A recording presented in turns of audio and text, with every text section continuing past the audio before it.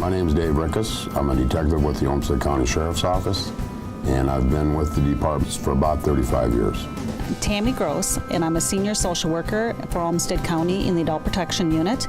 I've been working in the Adult Protection Unit for 17 years. I got a call from another member of the department back early on in 2013, said that Adult Protection was looking for a part-time detective to assist them in investigating financial exploitation crimes. We were noticing that we were increasing our financial exploitation cases, and the financial cases are very burdensome in the amount of paperwork that's required, and they're very labor intensive. The cases weren't being prosecuted for financial exploitation at a rate that we wanted them to occur. We needed to get the word out to the community, and we weren't getting the information out there the way that we anticipated we could. And so we were able to obtain a retired sheriff's officer who came to us, and that's really all he does now. So Detective Rikhus has been working with us, so now we are able to prosecute those cases.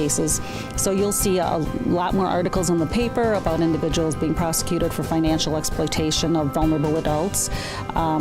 They're getting to the county attorney's office, and then from there being criminally prosecuted. In the last 5 years, we've had about 80 some cases assigned. Not all of them are exploitation. I think there's been around 30 cases that have been charged out and have gone through the court process. And I think the dollar figure for the cases we've looked at have been around $3 million.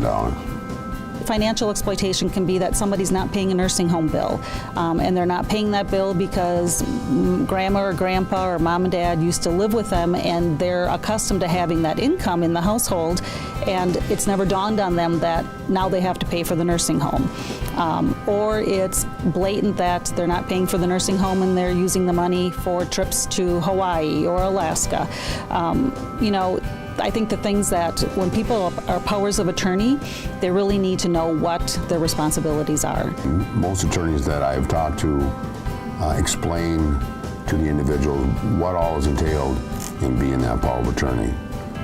Back in about 2015, I think Minnesota changed the documents, and in those documents now for the power of attorney, it kind of lists out what you can and can't do.